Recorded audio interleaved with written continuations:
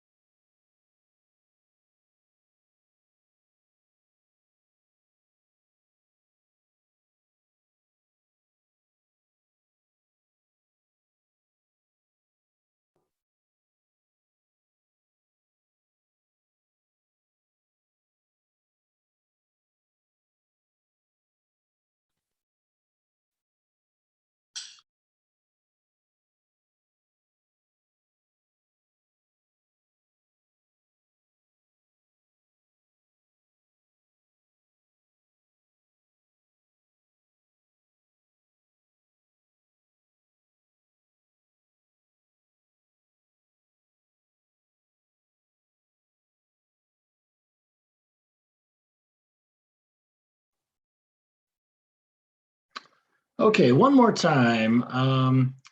How can everybody hear me okay? I can hear you. Either verbally or put something in the chat that you can hear me okay? Awesome, great. All right, well, thanks for being on the live call today so we can continue our discussions as we move through the text and the variety of topics on the syllabus.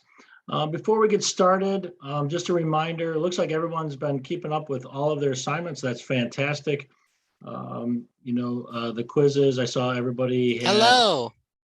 Hey, Benjamin, how are you? Great.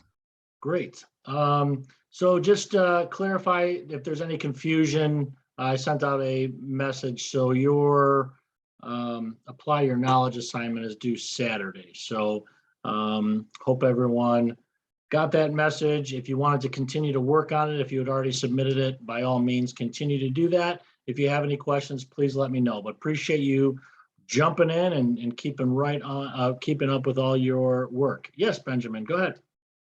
I thought it was due yesterday. My mom thought it was due yesterday.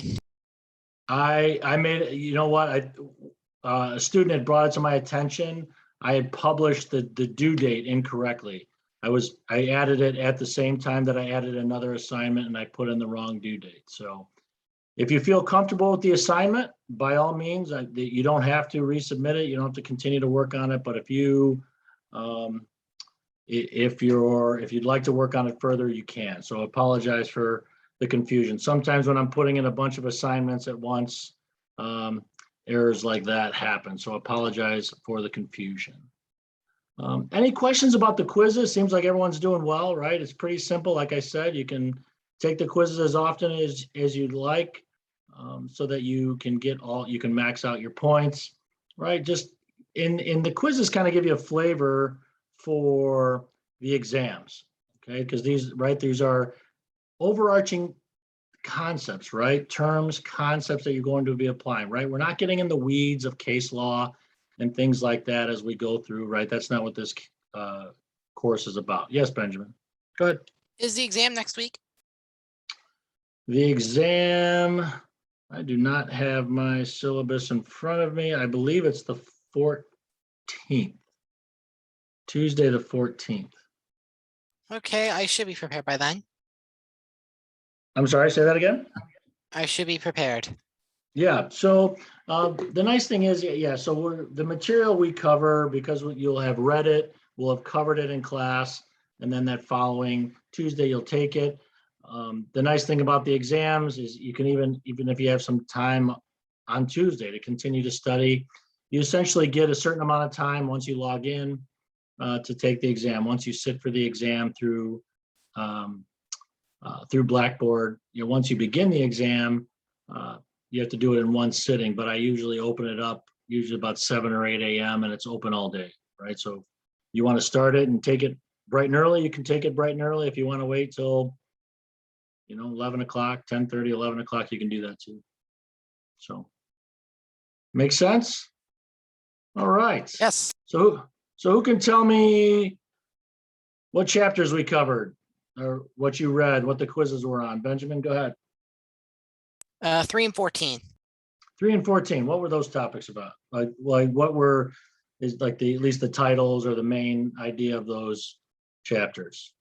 3 talked about federalism and 14 talked about states. Right, state and local government, right? You can't talk about and why every textbook, every American government textbook that I've ever used, I've ever seen, they separate these chapters, right? You usually have like 10, 11 chapters in between. They wait till the end of the book to cover state and local government. But to me, that never makes any sense, because if we're talking about federalism, right, that's what we're talking about, right? We're going to talk about where we find concepts of federalism or the implementation of federalism in the Constitution, but we're going to be taught, we need to talk about, it's a good time to talk about the states and local governments too. So I bring those 2 chapters together because that's what makes the most sense. Because if you get down into, right, you get down to these chapters about Congress and the presidency and the courts and the bureaucracy, and then books tend to throw in state and local government. It doesn't really fit there either. I understand kind of why they do it, but I like to bring it up when we talk about federalism, because that's what we're talking about, where power rests in this country, right? It's not just at the federal government. And we've talked a little bit about why, and we'll bring in some of those ideas we've already talked about when it comes to the founding principles of this country and the founding, right? The writing of the Constitution, what was important to the colonists, what was important to the framers, right? Those concepts of having local control, state power, still within the Constitution, even after the failure of the Articles of Confederation, that was still a concern that the national government would get too strong. And so there was still a need for local control, right, the state and local level. So it's important to bring these 2 things together. And that's why I do it that way. Sometimes students ask me, well, why do we do that? Why are we covering chapters 3 and 14? Well, it makes sense. They go together, right? They're one of those chapters that makes a lot of sense just to talk through together. All right, so I'm going to share my screen. Any other questions about the course so far?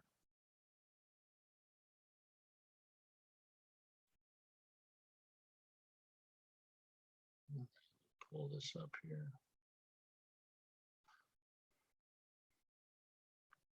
Can everybody see my screen? Give me a thumbs up. Yep, we're good. Okay, great. All right, so as Benjamin said, right, you've read chapters 3, you've read chapters 14. So really we're going to dig into what are these, how does this system of federalism work, right? So as we've gone through, right, we talked about the Articles of Confederation. And even before that, right, you have colonists that were under British control.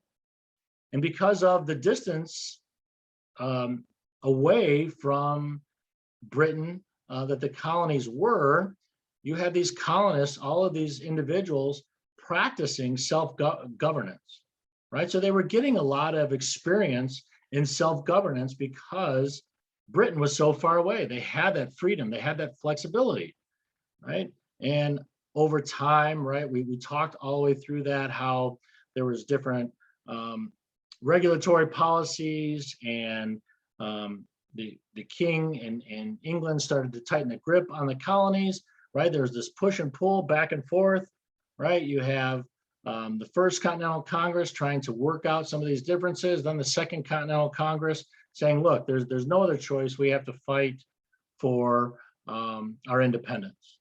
And so through the Revolutionary War, the conclusion of the Revolutionary War, the colonies won their independence. And it was kind of, we led that question, now what, right? What is it? What do we do now, right? So through all that experience, not only in the kind of self-governance that they had, at least it was limited to some degree, but had quite a bit of built up quite a bit of experience in self-governance. And they knew what they experienced with England, right? So they kind of knew how they'd like things to run, at least some idea. They knew what they didn't want.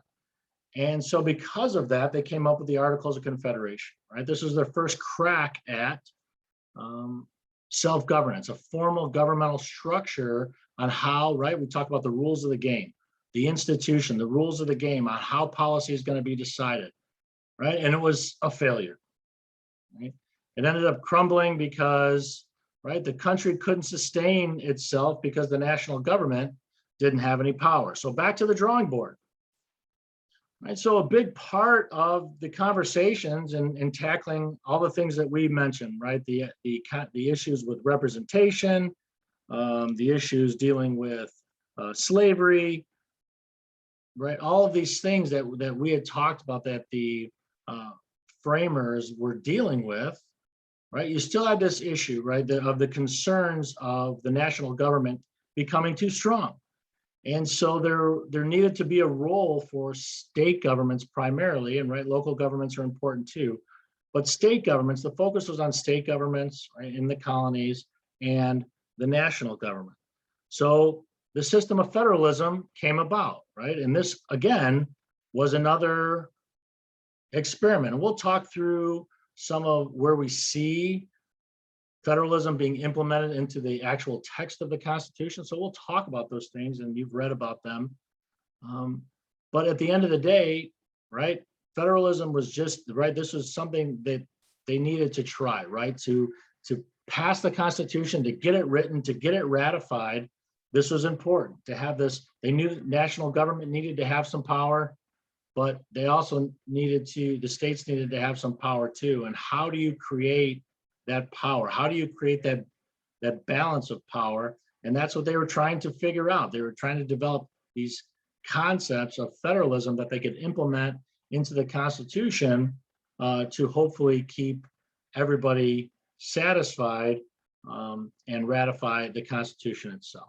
Okay, so we've talked about the Articles of Confederation, right? And so the Articles of Confederation were based on a confederal system. So can anybody kind of just very briefly talk about what a confederal system is? What the Articles of Confederation, right? What is a confederal system?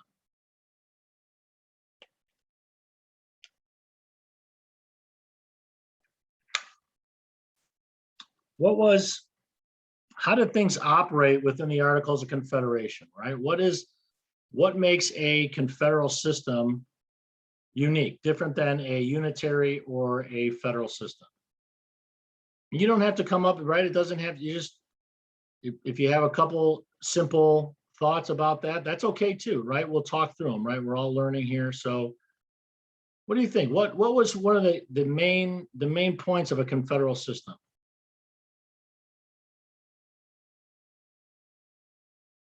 Come on, I know everybody's read. So let me ask you this, is it a top-down control and command structure, or is it bottom-up power?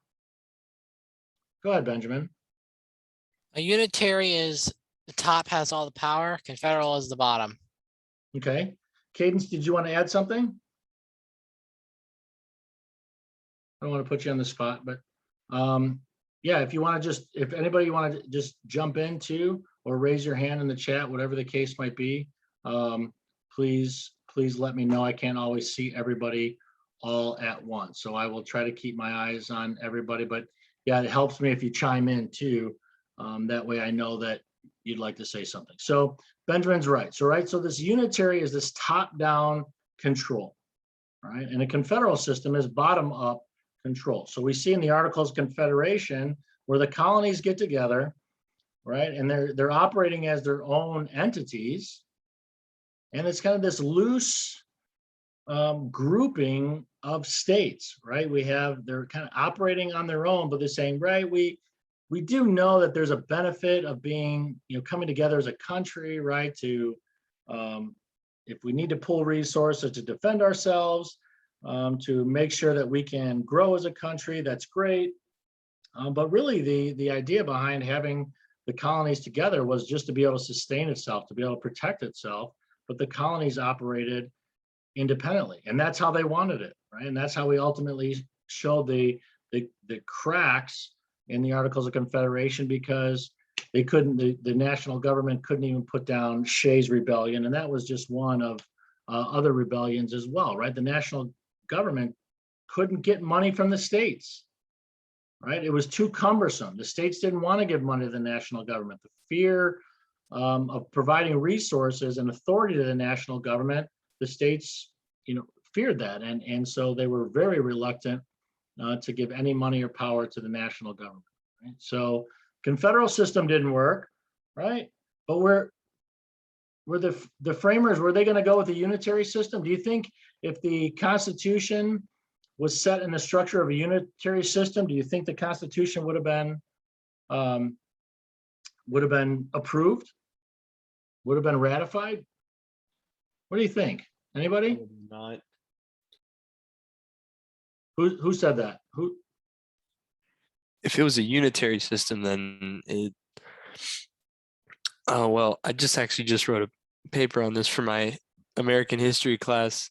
But if the government was proposed as a unitary system, then at least half of the community would not approve of it due to it being close to a monarchy, or like, how do I say it? Like, it wouldn't be hard for the government to take over if it wanted to, because of how powerful they would be. Right. So thank you, Sebastian. Right. So that was it. The fear was, well, that we'd lose all local control. Right. We wouldn't have a say in what public policy would be passed, what kind of what tariffs would be passed, how that would impact our economy. Right. And we're going to talk about why that's important throughout a variety of different topics in these two chapters, because states are very different, right? We're going to talk about political subcultures. We're going to talk about revenue streams for states and local governments. There's differences. And back then, right, we had more industrial states versus more agricultural states, right? These differences matter, and they matter to the states themselves, but they matter when it comes to national policy, because national policy is going to impact different regions, different states very differently. So there was this concern that national government would override any local interests, right? And no, there was no way that states were going to approve a constitution in which the system of government was a unitary system, right? So very good job. So right, this unitary system, think about it as a national centralized government system, right? A system of power from the top down. So unitary, always think top down, right? And then confederal, think bottom up, right? This grouping of states in which they get together, and the only power the national government has is the power that the local governments give them, okay? So what's a federal system then? So we have unitary, we have confederal. What's a federal system then? What is this federal system we have, right? It's not, I know it sometimes can get confusing because we refer to the national government as the federal government, but what is a federal system just in general?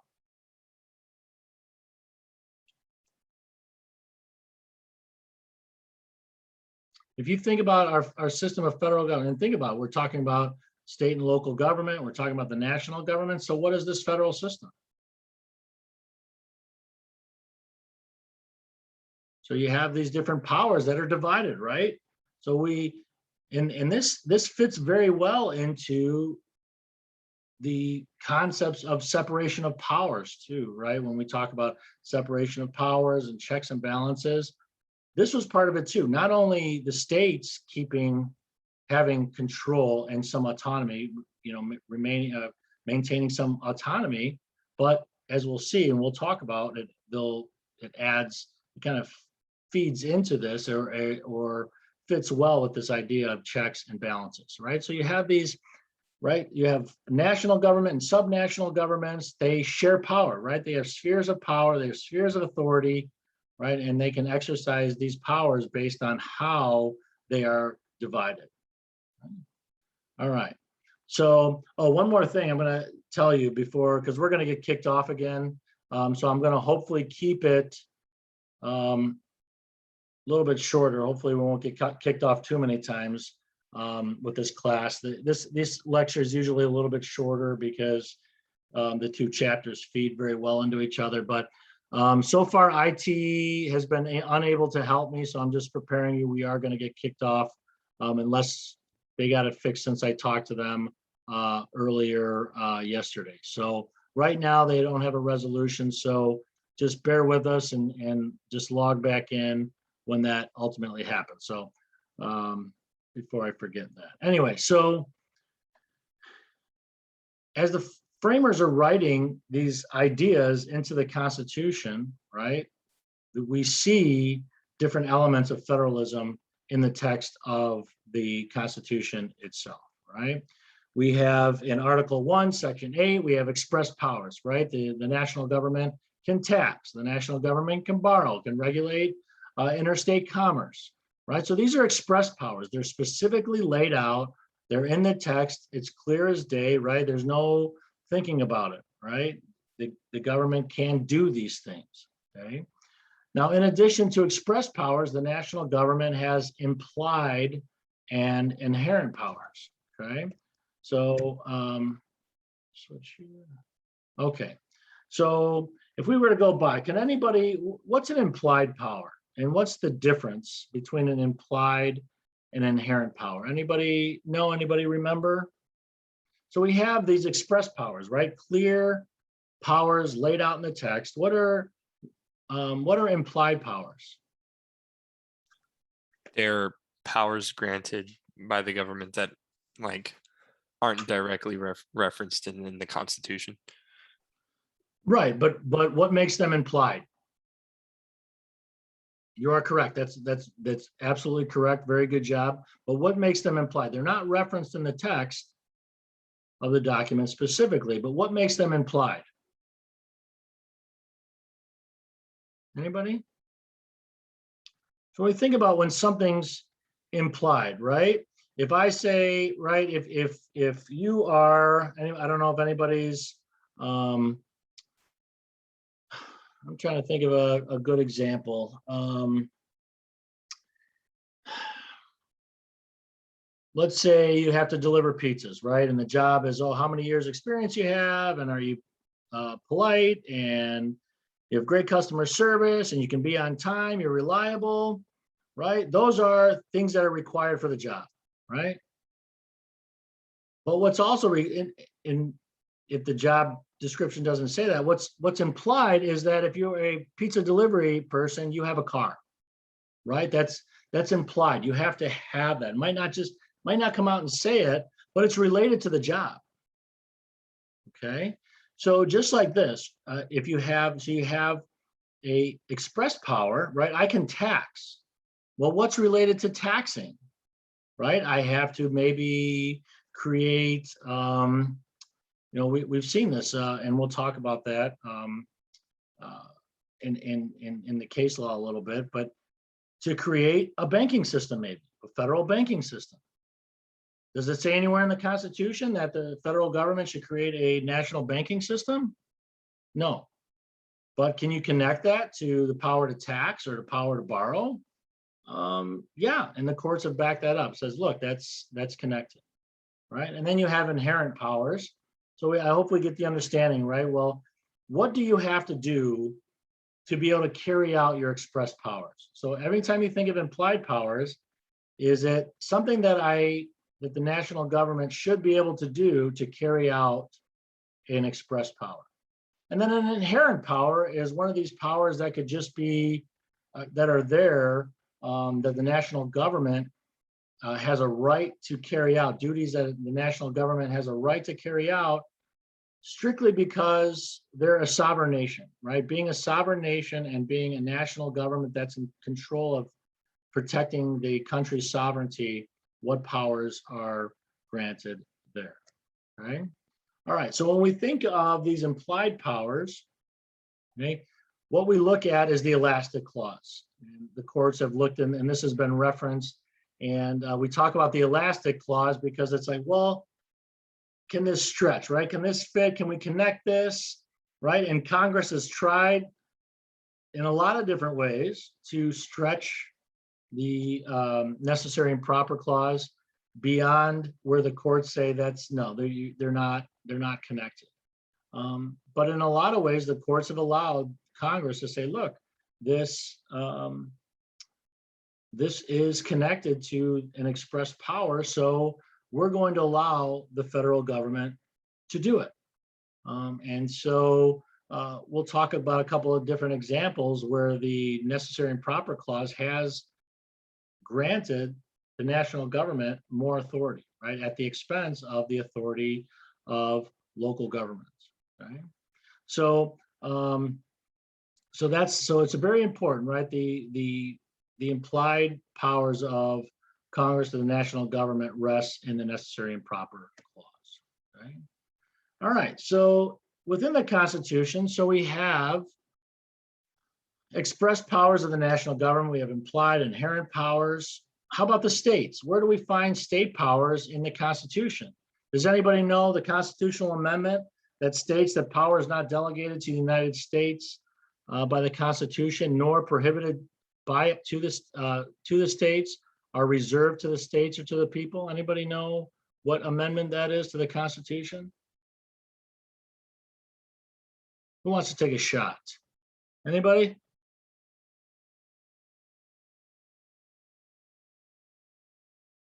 We've been talking about this amendment quite a bit, maybe not directly in our civil discourse a lot lately, but we have for many decades, depending on issues that come up that kind of they pop up on our national agenda, our national civil policy discussions. The 10th Amendment, right? Number 10, the 10th Amendment, the Bill of Rights, right? So that was very important, right? We talked about the Bill of Rights, how important that was to the argument for states to ratify the Constitution.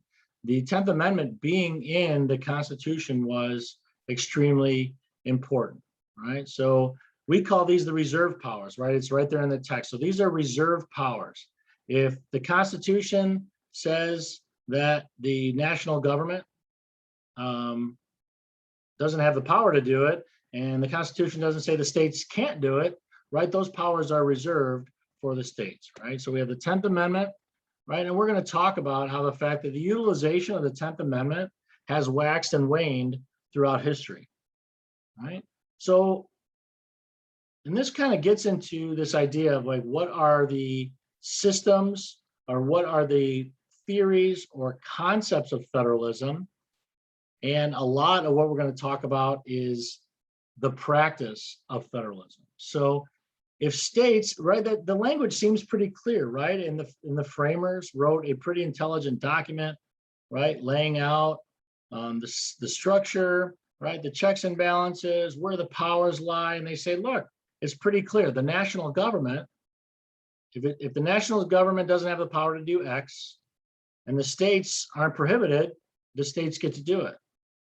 Okay, but at the same time, the utilization of the 10th Amendment has waxed and waned throughout history. Why do you think that is?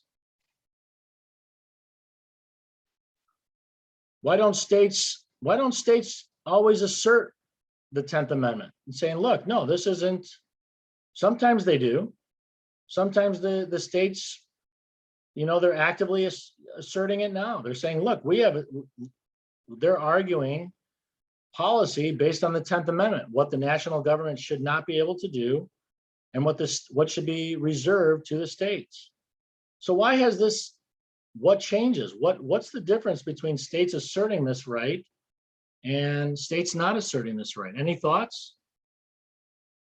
Why would a state not assert a particular right?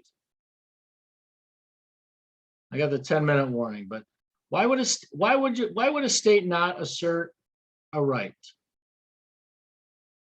or a particular power? let's think of it this way. Let's say you live in a blue state, right? And you have, right, who controls Congress right now? Which party? Go ahead, Benjamin. Democrats. Democrats control Congress, right? Both chambers. Okay. Which party controls the White House? Democrats. The Democrats. Okay. So are Democrats more likely or less likely to support abortion laws? More likely. They're more likely, right? So if you were a governor of a blue state, right, and you supported abortion, right, and you think that, well, you kind of think that abortion laws should be left to the states, but you're not really going to press the issue. Why not?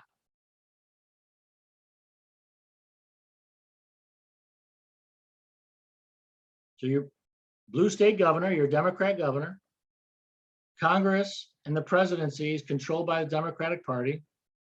Why aren't you going to push for state control?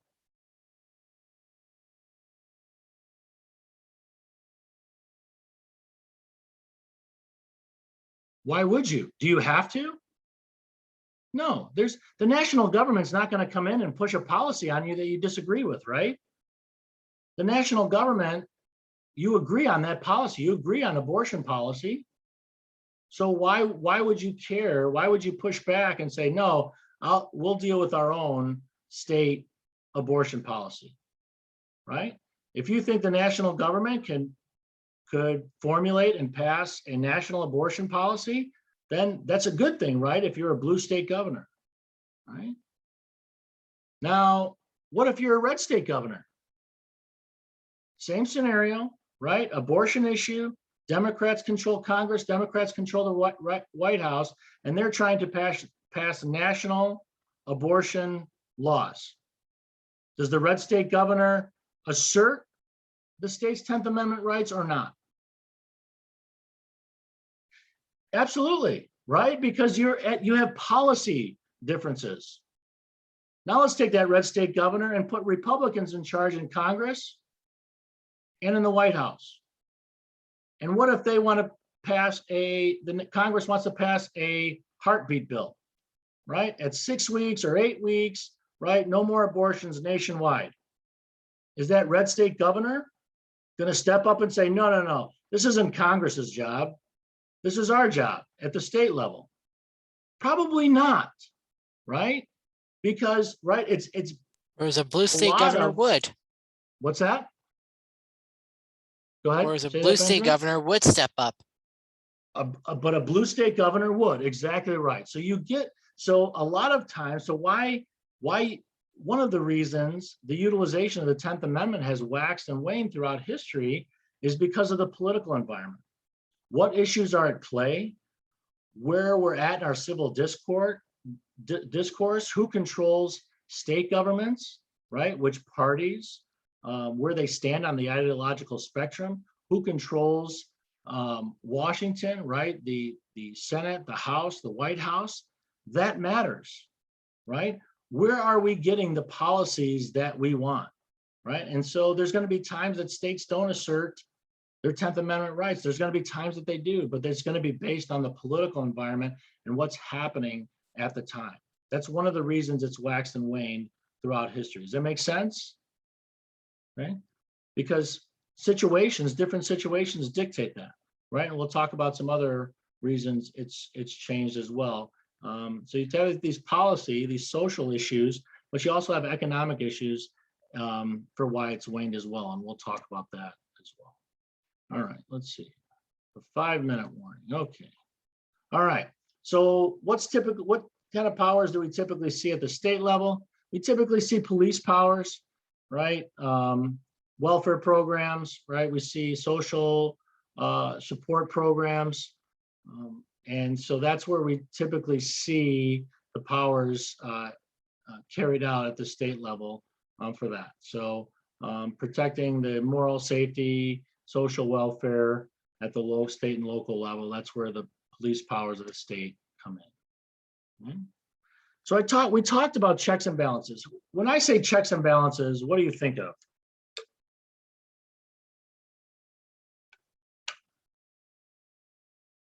What do most people think of when you hear checks and balances? The executive branch, judicial branch, and Absolutely, right? So you have Yeah, the, they we just typically, balance each go other. ahead. Yeah, Yeah, they're just so balancing you're each other. absolutely Yeah. right. Yeah, sorry, Sebastian, didn't mean to cut you off. So you're absolutely right. So we typically, when you see here separation of powers, right? And checks and balances, we typically think of the three branches of government, right? You have the legislative branch, checks the executive branch, vice versa. And the courts get in there. The legislative branch checks the courts check the executive legislature, and on and on and on it goes, right? But that's not the only check. Those aren't the only checks and balances in our system, right? When it comes to federalism, right? What Sebastian described, we call horizontal checks and balances, right? At one layer of government, right? Let's call it the federal level. Those three branches check each other. Right? At the state level, the legislature and the governor, they check each other, and the courts as well. So there's a legislative, executive, and judicial system at the state level. And even at the county and local level, there's checks and balances. So that's at each level of government going across. Within that level of government, there's checks and balances. But then we have vertical checks and balances, right? And so what are these vertical checks and balances? If Sebastian described horizontal, what are vertical checks and balances?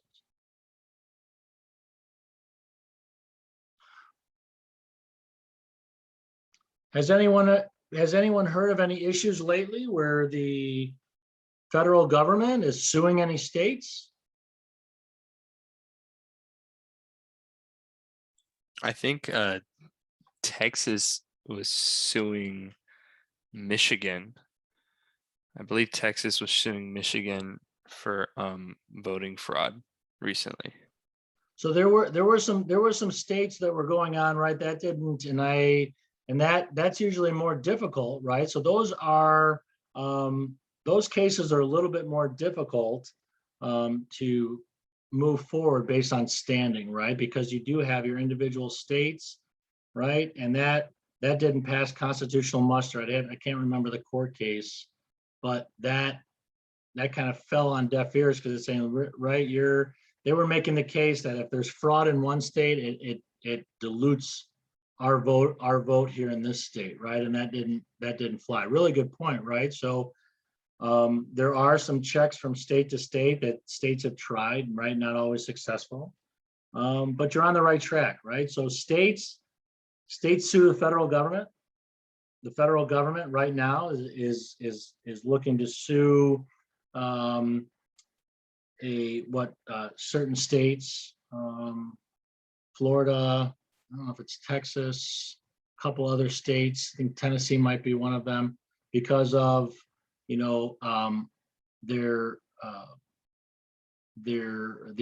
governor's ban on local mask mandates, right? So they're looking to sue based on civil rights violations, right? The states have sued the federal government when they argue that certain federal funding is tied to kind of illegal regulations where the national government is overstepped and saying they can't withhold these funds based on what they're arguing, right? So states have sued the federal government, groups of states have sued the federal government, the federal government has sued states, and same within a state, right? There's local governments that have sued states, counties that have sued states, vice versa, right? So that's what we mean when we talk about vertical federalism, right? These are vertical checks and balances when there's checks on each other from different layers of government, okay? So you have your horizontal and your vertical. All right, so other components of federalism that we see play out in the Constitution and the text itself, right? So, which is what something that Sebastian was getting at, right? We don't always have, we have multiple relationships going on, right? We have the federal government and the state government and that relationship, but we also have